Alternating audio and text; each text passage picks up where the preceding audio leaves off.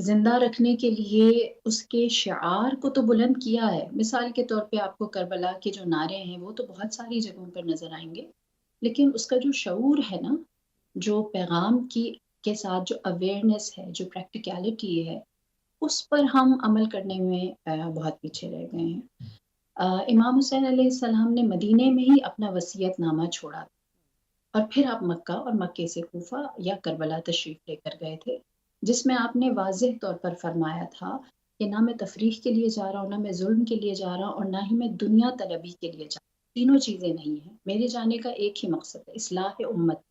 اور اصلاح امت کی اسٹریٹجی بھی آپ نے بتائی. آپ نے فرمایا میں امر بالمعروف اور نہیں انل منکر کے لیے جا رہا ہوں. ثنا ہمارے ہاں جو سب سے بڑا انحطاط ہے نا، وہ اس وجہ سے کہ جو امر کرتا ہے بالمعروف یعنی نیکی کا حکم دیتا ہے، وہ برائی سے نہیں روکتا، اور جو برائی سے روکتا ہے وہ وہی روک کے بیٹھ جاتا ہے. وہ یہ نہیں بتاتا کہ صحیح راستہ کون سا ہے. درست کہہ تو رہی ہم نے بنیادی طور پر جو توازن ہے نا ہیں. اسلام نے جو ہمیں دیا ہے کہ برائی سے صرف روکو نہیں، اچھائی دکھاؤ. بالکل صرف صحیح. اچھائی نہ سکھاؤ، برائی سے بھی روکو. ایسی اصلاح ہوتی ہے نا. امام حسین نے تو یہی کیا تھا کہ جو تھے انہیں جانے کا بھی اختیار دیا تھا، اور جو دور تھے انہیں بھی بلایا تھا. کوئی یہ نہیں کہہ سکتا تھا کہ ہمیں ہمارے علم میں نہیں تھا. آپ نے ماہ رجب کے بعد سے لے کر رمضان تک طویل انتظار کیا تھا مسلمانوں کی بیداری کا، اور اس کے بعد آپ نے اپنے قیام کو ایک حتمی شکل دی ہے. تو جو توازن ہمیں حسینیت اور کردار اور سیرت امام حسین میں ملتا ہے، انفارچونیٹلی وہ ڈیسپریٹلی ہمارے درمیان میں نہیں پایا بالکل جاتا. صحیح. اچھا لیکن ذکیہ صاحب مجھے ایک سوال کی اجازت دیں. آپ نے بالکل صحیح تصویر کشی کی ہے کہ ہم اس وقت کہاں کھڑے ہیں، لیکن یہ فرمائیے گا کہ اس وقت اگر ہم دیکھیں تو پوری دنیا میں کئی اسلامی ممالک ہیں، 100 سے زیادہ ان کی تعداد ہے، لیکن وہ جو ایک یکتا ہونے کا ایلیمنٹ ہے وہ اس وقت بھی موجود تھا، آج بھی موجود ہے. آج بھی مسلمانان جو ہیں وہ ایک صفحے پر ہمیں نظر نہیں آتے. ہر ملک اپنے مفاد کی ایک دوڑ میں شامل ہے، اور وہ یہ بھول جاتا ہے کہ دوسرا برادر اسلامی ملک کہاں کھڑا ہے. تو معاشرتی سطح کے اوپر بھی اور دنیاوی سطح کے اوپر بھی ہم اس کو ایبزارب نہیں کر سکے. اس میں آخر جو کوتاہی ہے وہ کس کی طرف سے ہے؟ ہمارے سیاسی قائدین کی طرف سے ہے، لیڈران کی طرف سے ہے، یا بحیثیت قوم ہی ہم پیچھے چلے گئے ہیں؟ ہم ہر طرف سے پیچھے چلے گئے. ہم نے پیچھے رہنے کی ریس میں جیتنے کی بہت جلدی کی ہوئی ہے، بدقسمتی کے ساتھ. اور دوسرا یہ کہ دیکھیں ہمارے پاس یہ بات وضاحت کے ساتھ میں جو کہہ رہی ہوں، شعور و جی جی. بیداری ہمارے درمیان موجود نہیں ہے. اس کے لیے ہمیں کربلا کیسے یکجا کرتا ہے. دیکھیں عرب زمانے میں دستور یہ تھا کہ جو بھی ایک مین آپ کہیں کہ سلوگن ہوتا تھا اسے اپنے پرچم پر لکھ دیا جاتا، اور وہ جو آپ کے جہاد کا مقصد ہے اس کی وضاحت کرتا تھا بنیادی طور پر. جیسے آپ جنگ بدر و احد میں رسول خدا صلی اللہ علیہ وآلہ وسلم جب تشریف لے کر گئے تو آپ نے اپنے علم کے اوپر، اپنے پرچم کے اوپر لکھوایا اللہ اعظم و اجل، اللہ سب سے بڑا اور صاحب جلالت ہے. کربلا میں امام حسین نے اپنے پرچم پر کیا لکھوایا؟ آپ نے لکھوایا یا محمد محمد رسول اللہ. اب مجھے بتائیں کہ اس کے اوپر کیسے کوئی تفریق یا تقسیم کر سکتا ہے؟ جو امام حسین کا پیغام ہے وہ کتنا آپ نے اس کا دائرہ وسیع کر دیا ہے نا. اور مسلمان کس طرح سے، گرچہ امام حسین کے اپنے لشکر میں بھی بڑی ڈائیورسٹی تھی، لیکن آج بھی ہم دیکھ سکتے ہیں کہ اس کا دائرہ آپ نے کس نقطے کے اوپر وہ پیغام یا وہ صدا آپ نے بلند کی. اگر ہم اس کے اوپر آ جائیں نا کہ وہ محمد کا نام ہے، تو پھر میرے خیال میں ہمارے پاس اگر ہم اپنے مفادات، سیاست، دوڑ بھاگ اس سب کو کنارے پر چھوڑ دیں، مخلصانہ ہم امام حسین سے اور آل رسول سے کچھ سیکھنا چاہیں تو ہمارے پاس کوئی بہت بڑا جواز بچتا نہیں ہے. بنیادی مقصد صرف اصلاح تھا، اور وہ بھی معاشرے کی. نعیمی صاحب، سر آپ نے اپنی گفتگو کے شروع میں کہا کہ ہم بحیثیت قوم تو مشکل ہی نظر آتے ہیں، ہم ہجوم میں تبدیل ہو چکے ہیں. اب اگر میں پاکستان کے پرسپیکٹو میں آؤں، آپ ماشاءاللہ ایک پوری جامعے کو آپ چلا رہے ہیں، اس میں مختلف مکاتب فکر کے طالب علم بھی آتے ہوں گے، الگ الگ فیلڈ، الگ الگ شعبوں سے وہ تعلق بھی رکھتے ہوں گے. اور دوسرا یہ کہ آپ کے خیال میں کیا ہم جو اس وقت کا نوجوان ہے پاکستان کا، ہمیشہ سے ہمیں لگتا تھا کہ شاید نوجوانان پاکستان کی تقدیر بدل سکتے ہیں، لیکن اس وقت کا جو نوجوان ہے آپ اس سے اگر بات کریں تو وہ عجیب مضطرب نظر آتا ہے، بہت سی چیزوں سے نالا نظر آتا ہے، حکومتی مسائل سے، سیاسی جماعتوں کے گھریلو مسائل، یعنی کسی بھی طور اس کو کہیں کسی جگہ ایسا نہیں لگتا کہ وہ کسی ایسی قوم کا حصہ ہے جو واقعی ایک قوم ہے۔ آپ اگر بات کریں تو کوئی باہر جانا چاہے گا، دوسرے ممالک میں نوکری کرنا چاہے گا، لیکن کبھی بھی جب آپ اس سے اپنے ملک کے لیے کچھ کرنے کی بات کریں تو وہ اس میں بڑی مایوسی نظر آتی ہے۔ وجہ کیا ہے؟ ہماری قوم میں اتنی مایوسی کیوں پھیل چکی ہے؟ دیکھیں، یہ تمام پاکستانی جانتے ہیں کہ پاکستان میں جو یوتھ کی پرسنٹیج ہے وہ سب سے زیادہ ہے، بالکل، اور اس میں خواتین کی بھی اچھی خاصی خواتین ہے۔ بھی جو ہے وہ اچھی خاصی تعداد میں ہے۔ اب مسئلہ یہ ہے کہ کیا ہم نے مذہبی طور پر ان کو صحیح سمت دی ہے، کیا ہم نے سیاسی طور پر جو ہے ان کو صحیح سمت دی ہے، یا ان کے جو معاشی مسائل ہیں کیا ہم نے وہ حل کیے ہیں، کیا ان کی جو تعلیمی مسائل ہیں وہ ہم نے حل کیے ہیں؟ ہم کسی سطح پر بھی سٹینڈرڈ پر پورے نہیں اترے ان جوانوں کے لیے۔ اب دیکھتے ہیں کہ یہاں پاکستان میں جو سیاسی لڑائی جھگڑا ہے اس سے بھی فیڈ اپ ہیں، جو مذہبی طور پر ہم جو ہے بین المسالک ہم آہنگی کے بجائے ہم افتراق اور انتشار کو پھیلاتے ہیں، اور وہ لوگ میں سمجھتا ہوں کہ روئے زمین کے بدتر لوگ ہوتے ہیں جو اپنی ہی سوسائٹی میں، اپنے ہی جوانوں میں اور اپنے ہی لوگوں میں انتشار پیدا کرتے ہیں۔ اللہ سبحانہ و تعالیٰ نے، رسول اللہ صلی اللہ علیہ وآلہ وسلم نے ہمیں اکٹھا رہنے کا حکم ارشاد فرمایا ہے۔ سرکار نے فرمایا کہ تم تو ایک جسد واحد کی طرح ہو، کہ جب کسی ایک عضو کو تکلیف ہوتی ہے تو پھر وہ پورا جسم جو ہے وہ بیدار ہوتا ہے اور وہ تکلیف محسوس کرتا ہے۔ آج سیاسی طور پر جس انتشار کا ہم شکار ہیں وہ آپ کے سامنے ہے، مذہبی طور پر ہم جس انتشار کا شکار ہیں، ہمارے بچے کو، ہمارے جوان کو کوئی اس کا مستقبل یہاں پر جو ہے وہ کلیئر اور واضح نظر نہیں آتا۔ اس کی وجہ کیا ہے؟ معذرت آپ کی بات کاٹ رہی ہوں، وجہ کیا ہے؟ لیڈرشپ کا فقدان ہے۔ اب اس میں پھر ایک سوال میرے ذہن میں آیا کہ ماضی میں لیڈران یا قوموں کے جو قائد چنے جاتے تھے یا سامنے آتے تھے ان میں صلاحیتیں ہوتی تھیں۔ آپ کے خیال میں اس وقت اگر ہم اپنے ملک کی بات کریں، سیاسی سوال ہو جائے گا، لیکن آپ کو لگتا ہے کہ وہ سیاسی قد کاٹ موجود ہے ہمارے قائدین میں؟ دیکھیں، میں یہ سمجھتا ہوں کہ یہ ملک جو ہے وہ 95% سے زیادہ مسلم پاپولیشن کا ہے، اور ہمارے ہاں یہاں پہ جو مینورٹیز رہ رہی ہیں، نان مسلم پاکستانی جو رہ رہے ہیں، ماشاءاللہ وہ بہت اچھے انداز سے رہ رہے ہیں، ان سے بہت کم شکایات جو ہیں وہ ہمیں ملتی ہیں، لیکن ہم ایک دوسرے کے خلاف، مسلمانوں کے خلاف جو لگے ہوئے ہیں، یہاں پر کوئی ہمیں ایسا قائد نہیں ملا کہ جس کا ضمیر روشن ہو، جس کا دماغ روشن ہو، جو ہدایت کے راستے پر ہو، جو یعنی یہ ڈفرینشیٹ کر سکے کہ what is right and what is wrong. یہ ڈفرینشیٹ کر کے کوئی بھی نہیں چلتا۔ ایک لائن ہے، وہ خود بھی نہیں لے سکتا، کہیں سے اسے آتی ہے وہ لائن، اور اس لائن پر جو ہے وہ چلتا ہے، وہ پاکستان کے حق میں ہے یا پاکستان کے مخالفت میں ہے، وہ ہماری یوتھ، ہماری پاپولیشن کے حق میں ہے یا مخالفت میں ہے، اس نے اسی لائن کو ٹو کرنا ہے جو لائن اسے دی گئی ہے۔ ہمارا دیکھیں انبیاء کرام کا ایجنڈا کیا تھا، کیوں وہ اس دنیا میں تشریف لائے، اور انہوں نے ریاست کا ماڈل سامنے رکھا۔ اب یہ کیا تھا؟ یہ تھا کہ آپ نے ایک ایک چیز کو دیکھنا ہے اور اپنی پاپولیشن اور اپنی عوام الناس کے ایک ایک چیز کا خیال رکھنا ہے۔ سیدنا عمر فاروق رضی اللہ تعالیٰ عنہ نے یہ کیوں فرمایا تھا کہ اگر فرات کے کنارے بکری کا بچہ بھی پیاسا مر گیا تو عمر سے اس کا بھی حساب لیا جائے گا۔ یہ احتساب، خود احتسابی کی جو کیفیت ہے، جب تک وہ پیدا نہیں ہو سکتی اور پھر رول آف لا جو ہے اس ملک میں پراپر طریقے سے نہیں آتا، میں یہ سمجھتا ہوں کہ نہ صرف نوجوان مایوس ہے بلکہ ہر بندہ جو ہے وہ مایوس نظر آتا ہے کہ ہمارا مستقبل کیا ہوگا، خدا نہ کرے ہم اس ملک میں کس طرح آئندہ رہیں گے، آزاد رہیں گے یا غلام رہیں گے، کس انداز سے ہم جو ہے وہ رہیں گے۔ تو میں یہ سمجھتا ہوں کہ ایک بالکل روشن ضمیر قیادت کی ضرورت ہے اس ملک کو، اور اچھے اللہ کے ساتھ جوڑنے والے قائد کی ضرورت ہے اس ملک کو، اور وہ شخص جو سچا اور پکا اور حق پہ چلنے والا شخص ہو، ایسے شخص کی ضرورت ہے اس ملک کو۔ میں یہ سمجھتا ہوں کہ یہ جو برین ڈرین کی آپ نے بات کی ہے، یہ صرف اسی وجہ سے ہو رہا ہے کہ آپ کا جوان جو ہے اس کا مستقبل جو ہے وہ انتہائی اندھیرے میں ہے، وہ نہیں سمجھتا، کنفیوژن کا شکار ہے۔ یہاں پر اگر وہ بہت زیادہ اعلیٰ تعلیم بھی حاصل کر لیتا ہے، پھر بھی اس کا مستقبل مستقبل جو ہے وہ اس کو صاف نظر نہیں آتا، اس لیے وہ اپنے مستقبل کی بہتری کی تلاش میں، آنے والی جنریشنز کی تلاش میں، اپنے خاندان کی بہتری کی تلاش میں وہ ایسی جگہ کا انتخاب کرنا چاہتا ہے جہاں اسے یہ ساری چیزیں جو ہیں وہ میسر آئیں۔ بالکل ٹھیک۔ اچھا ذکیہ صاحبہ، یہ تو بات درست ہے کہ یہاں کا نوجوان کنفیوز نظر آتا ہے، لیکن میں پہلے آپ سے سیاسی لیڈروں کے اوپر آپ کی رائے جاننا چاہوں گی۔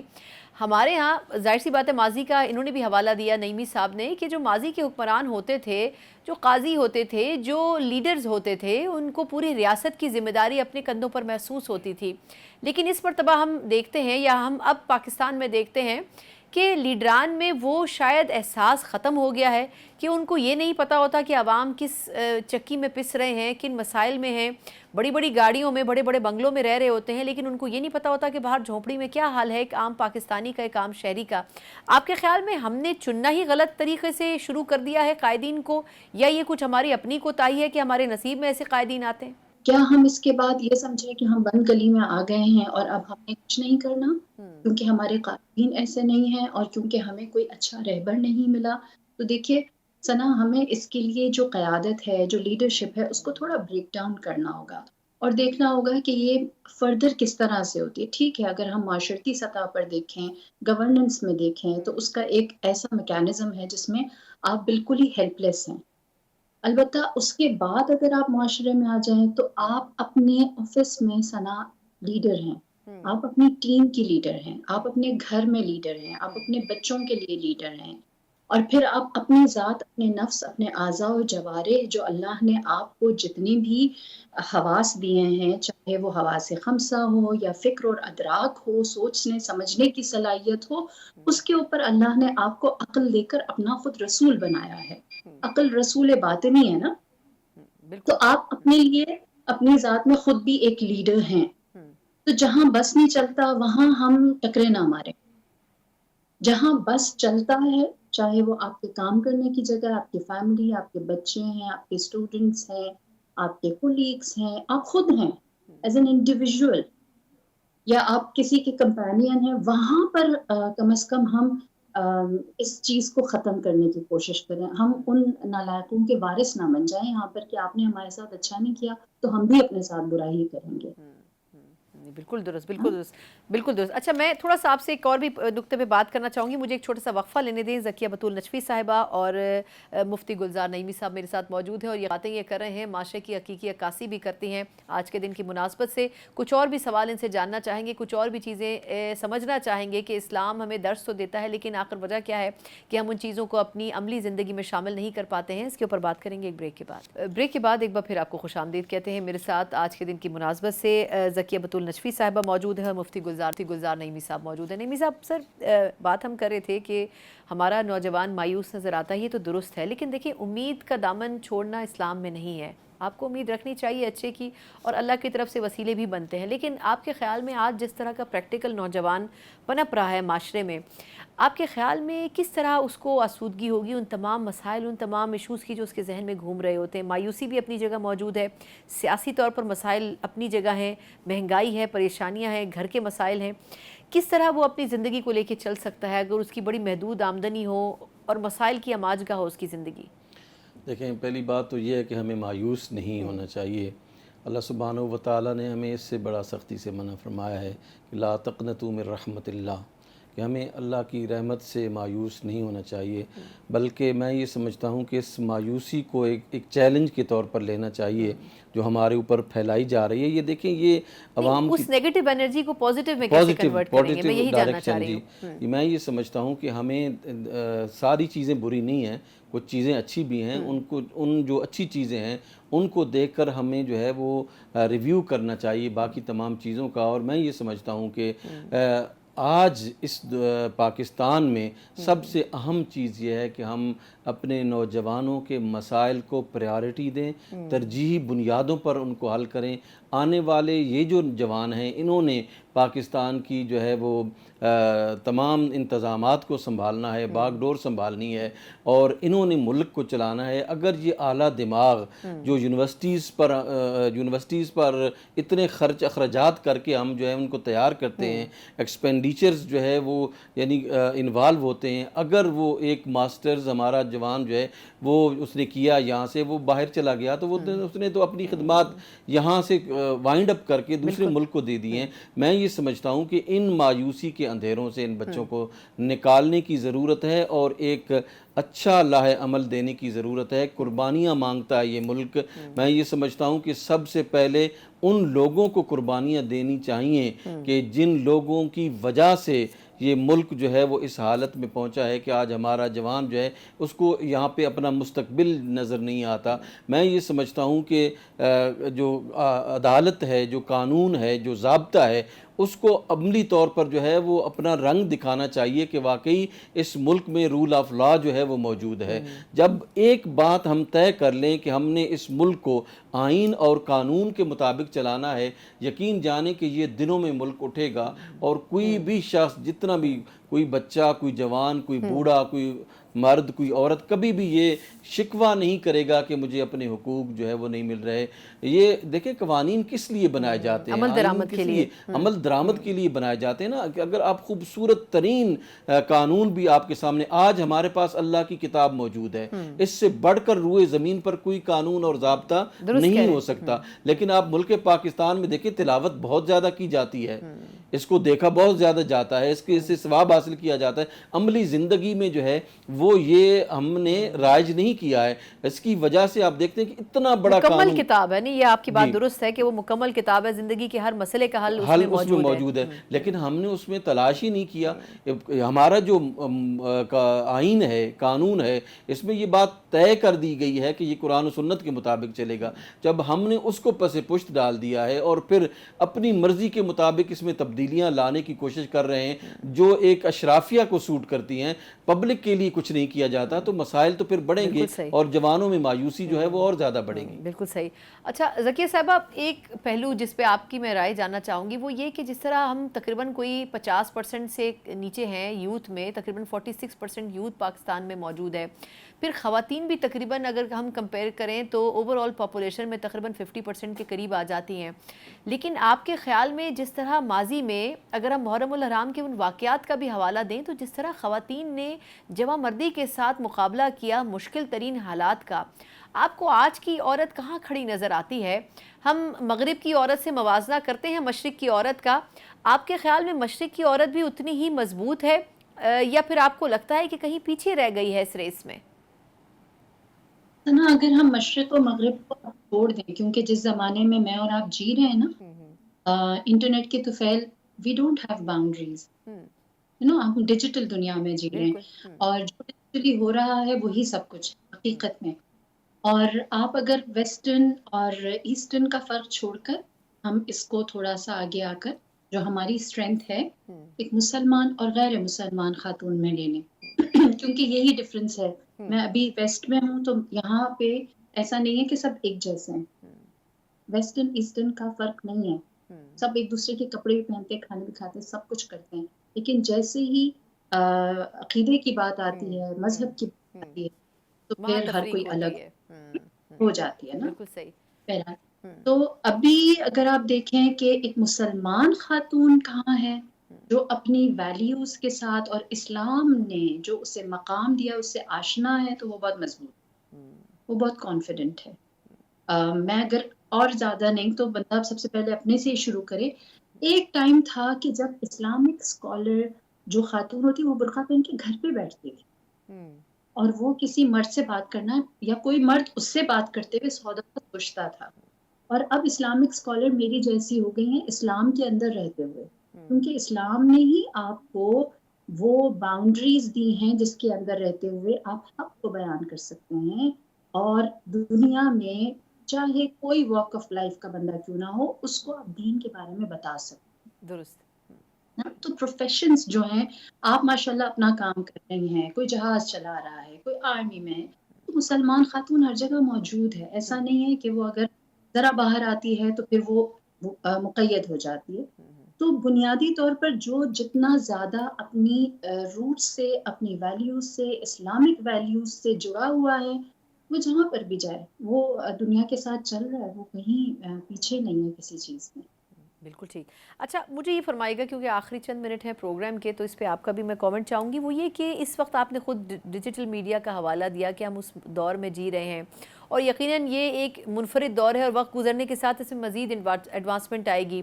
آرٹیفیشل انٹیلیجنس کی بات کی جا رہی ہے، روبوٹس کی بات کی جا رہی ہے. آپ کے خیال میں اس وقت خواتین کے حوالے سے آپ کو کیا لگتا ہے؟ کیونکہ سوشل میڈیا ایک ایسی چیز بن چکی ہے جہاں پر اچھی چیزیں بھی ہیں، بری چیزیں بھی ہیں، لیکن ہمارے بچوں کے لیے اور خاص طور پر بچیوں کے لیے یہ تفریق کرنا بڑا مشکل ہو جاتا ہے کہ ان کو کیا چیز دیکھنی ہے، کیا نہیں دیکھنی ہے.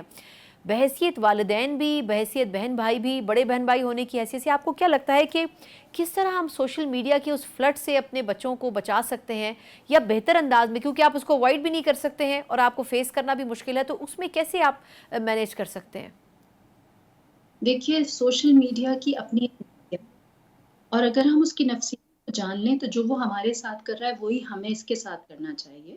اور وہ یہ ہے کہ وہ ہمارے مائنڈ کو پڑھتا ہے. ہم سب سے زیادہ کس چیز میں انٹرسٹ لے رہے ہیں، اس کے مطابق ہمارے براؤزر کو بنانا شروع کر دیتا ہے. آپ جو چیز سرچ کریں گی ثنا، آپ کے ایکسپلورر میں وہی آئے گی نا، آپ کو ایڈز بھی اسی کے ہی آئیں گے. تو آبویس سی بات ہے پھر آپ کو بھی اس کے ساتھ وہی کرنا ہے کہ آپ اپنے ایکسپلورر کو جتنا خود کلین کر سکیں. ایک بات یاد رکھیں، خدا قرآن میں کہتا ہے انسان کا دل، اس کی آنکھیں اور اس کے کان، کانا عنہ مسئولا، اولئک کانا عنہ مسئولا، کہ ان سے پوچھا جائے گا. اور انسان کی آنکھ اور کان اور دل، یہ نا آپ کے سوتیلے اعضاء ہیں. جب اللہ ان سے پوچھے گا نا کہ زکیہ نے کیا کیا تھا، تو یہ بتا دیں گے ایکسپلورر میں کیا ہو رہا تھا. تو آپ کو نا اسے لیڈ کرنا ہے، ان کے مطابق نہیں چلنا. آنکھ جو دیکھنا چاہ رہی ہے وہ دیکھیں، آپ کان جو سننا چاہ رہے ہیں وہ سنیں، دل جس چیز کا چاہ رہا ہے وہ کریں. اللہ نے عقل اس لیے دی ہے کہ وہ اس کو لیڈ کرے اور کلینزنگ ہوتی رہے، تزکیہ، تصفیہ، طہارت. اور آپ اس چیز کو سرچ کریں جو آپ کے لیے اچھا ہے، اپنے ان اعضاء کے ساتھ نہیں جس نے کل آپ کے خلاف گواہی دینی ہے اور جو آپ کے ساتھ بے وفائی کریں گے. تو آپ کو کیا کرنا ہے؟ آپ کو خود جو سوشل میڈیا کی یا ڈیجیٹل دنیا کی نفسیات ہے اس کی سائیکی کے مطابق اپنے ایکسپلورر کو بار بار صاف کرنا ہے، جس کے لیے obvious سی بات ہے آپ کو اپنے لیے خود ہی ایک منصف بننا ہے، محاسبہ کرنے والا بننا ہے. جو مشکل کام ضرور ہے، لیکن جو یہ صحیح کوشش کرتا رہتا ہے نا، اللہ کو پتہ ہے کہ آپ یہ کوشش کر رہے ہیں. اس بات سے کوئی دل چھوٹا نہ کرے کہ ہم کرتے ہیں، توبہ کرتے ہیں، پھر واپس آ جاتے ہیں. اللہ نے اسی لیے اسے جہاد اکبر کہا ہے نا، کہ یہ اصل جہاد ہے. تو آپ مجاہد بن جائیں، آپ کرتے رہیں، آپ ہار جائیں گے، تھوڑے زخم کھائیں گے، لیکن یہ کانسٹنٹ سٹرگل ہے جو جاری و ساری. بالکل صحیح، بالکل صحیح. بہت آپ نے زبردست انداز میں یہ سمجھایا ہے. نعیمی صاحب، سر یہ روز کا مسئلہ ہے، موبائل فون ایک ایسا جائنٹ بن چکا ہے جو آپ کو کنٹرول کر رہا ہے، اور ہمارے چھوٹے بچے، خاص طور پر بچے بچیاں جس طرح موبائل اور سوشل میڈیا سے کنیکٹڈ ہیں. ذکیہ صاحبہ بالکل درست کہہ رہی ہیں کہ آپ کو اپنا منصف خود ہی بننا پڑے گا، لیکن جو بچے ابھی اتنے بالغ نہیں ہیں، میچور نہیں ہیں، ان کو کس طریقے سے سمجھائیں؟ کیونکہ آپ، مجھے لگتا ہے کہ شاید ہم ان کو جب بھی کوئی درست بات بھی سمجھانے کی کوشش کرتے ہیں تو ان کو لگتا ہے کہ ہمیں شاید غیر ضروری طور پر دباؤ کا شکار کیا جا رہا ہے. دیکھیں یہ بہت بڑا المیہ ہوا ہے ہماری اس سوسائٹی میں کہ ہم نے جو پیرنٹس کا رول تھا نا بچوں کی تربیت کے حوالے سے، اس کو ہم منیمائز کرنے کی طرف ہم جا رہے ہیں. یعنی اب بچوں پر جو کنٹرول ہے ماں کا یا والد کا وہ بہت کم ہو رہا ہے. یعنی ہم نے ایز اے سوسائٹی بچوں کے ذہن میں جو ہے وہ یہ چیز انجیکٹ کر دی ہے کہ ہم آزاد ہیں، ہماری اپنی کوئی رائے ہے، ہمیں اب ہماری اپنی کوئی لائف ہے. تو اس میں یہ ہوا کہ جو پیرنٹس کی طرف سے گائیڈنس تھی، اس گائیڈنس سے بچہ جو ہے وہ رفتہ رفتہ محروم ہو رہا ہے.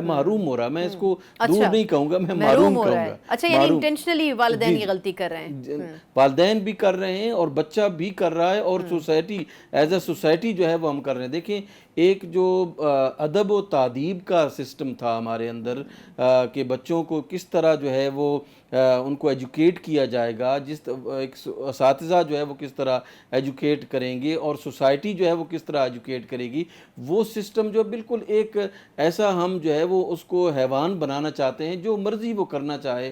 اب یہ دیکھیں، میں یہ سمجھتا ہوں کہ یہ جو سوشل میڈیا ہے، اس سوشل میڈیا میں ہم نے دیا سلائی اور پیٹرول دونوں بچوں کے ہاتھ میں پکڑا دیے ہیں۔ اب یہ ظاہر ہے کہ پھر اس نے آگ تو لگنی ہے۔ ہماری ریاست کا اور ہمارے ملک کا جو حکومت پر لوگ فرما روا ہیں حکومت میں اور وہ ریاست کو چلا رہے ہیں، ان کو سوچنا چاہیے کہ کون سی چیز ہم سوشل میڈیا پہ کنٹرول کریں، کون سی چیز آنی چاہیے، کون سی چیز نہیں آنی چاہیے۔ بہت سی چیزیں ایسی ہیں جب ان کی مرضی ہوتی ہے تو وہ کنٹرول کر لیتے ہیں، اور بہت سی چیزیں ایسی ہیں کہ جو عوام الناس کو، ہماری یوتھ کو، ہماری سوسائٹی کو تباہ کر رہی ہوتی ہیں، ان کو جو ہے نا وہ کنٹرول نہیں کرتے۔ تو یہ ایک چیک اینڈ بیلنس کا سسٹم جو ہے وہ ریاست کے ذمہ داری ہے، اور پھر جو ہے وہ استاذ کی ذمہ داری ہے، پھر ایک جو ہے وہ پیرنٹس کی ذمہ داری ہے، والد کی، والدہ کی حیثیت سے۔ تو میں یہ سمجھتا ہوں کہ سب لوگوں کو اپنی ذمہ داری کا احساس کرنا ہوگا۔ بالکل ٹھیک، بالکل ٹھیک۔ ذکیہ صاحب، آپ کچھ فرمانا چاہ رہی تھی؟ دیکھیے، رسول خدا نے فرمایا کہ اپنے بچوں کو تیراکی سکھاؤ، گھڑ سواری سکھاؤ اور دوڑنا سکھاؤ، یعنی فزیکلی ایکٹیو رکھو۔ ہم نے اپنے بچوں کو فزیکلی معذور کر دیا، درست کہہ اور ہم خود بھی ہو رہے ہیں، اس لیے ہم بہت موٹے بھی ہو رہے ہیں۔ تو ہمیں بھی ان ساری چیزوں کو اپنانا، بالکل درست کہہ رہی ہیں، بالکل درست کہہ رہی ہیں۔ فزیکلی ایکٹیو رکھیں، جب ان کا مائنڈ تھوڑا سا دوسری جانب، وہی جو میں نے بات کی، امر بالمعروف نہی عن المنکر، دونوں چیزیں دینی، لینا ہے تو کچھ آلٹرنیٹو اچھی چیز دینی ہے، اور ہمارے پاس اسلام میں اس کے لیے بہت واضح سی گائیڈ لائن موجود ہے۔ تو اگر ہم اپنے آپ کو اور اپنے بچوں کو فزیکلی اچھی چیزوں میں ایکٹیو رکھیں گے تو یہ فون ہم سے دور بھی ہو سکتا ہے۔ اس کے لیے ضروری ہے کہ سب سے پہلے ہم خود فون کو اپنے آپ سے دور کریں نا، تبھی ہم بچوں میں اس چیز کی ترویج کر سکیں گے۔ بہت بہت شکریہ، بہت مفصل انداز میں ذکیہ بتول نجفی صاحبہ اور مفتی گلزار نعیمی صاحب، یقیناً انہوں نے اپنا قیمتی وقت دیا، لیکن آج مناسبت سے ہم یہ کوشش کر رہے تھے کہ ان واقعات نے یقیناً تاریخ تو بنائی ہے، لیکن جو صبر برداشت کا ایک ایلیمنٹ ان واقعات سے ہمیں ملتا ہے، ان سے سبق سیکھنے کی ضرورت ہے۔ معاشرے کے لیے جس طرح سے وہ لوگ نکلے اور سب کچھ کرنے کی کوشش کی، اصلاح کرنے کی کوشش کی، وہ اصلاح اور اس کا فقدان اس وقت ہمیں اپنے معاشرے میں نظر آتا ہے۔ ہمیں اس کو بھی سمجھنے کی ضرورت ہے، ریاست کو بھی اپنی ذمہ داریوں کو سمجھنے کی ضرورت ہے، اور بحیثیت انسان بھی ہمیں معاشرے میں کتنا کنٹریبیوٹ کرنا چاہیے، اس کی بھی ضرورت ہے۔ اسی نوٹ کے ساتھ پروگرام سے مجھے اجازت دیجیے، اللہ حافظ۔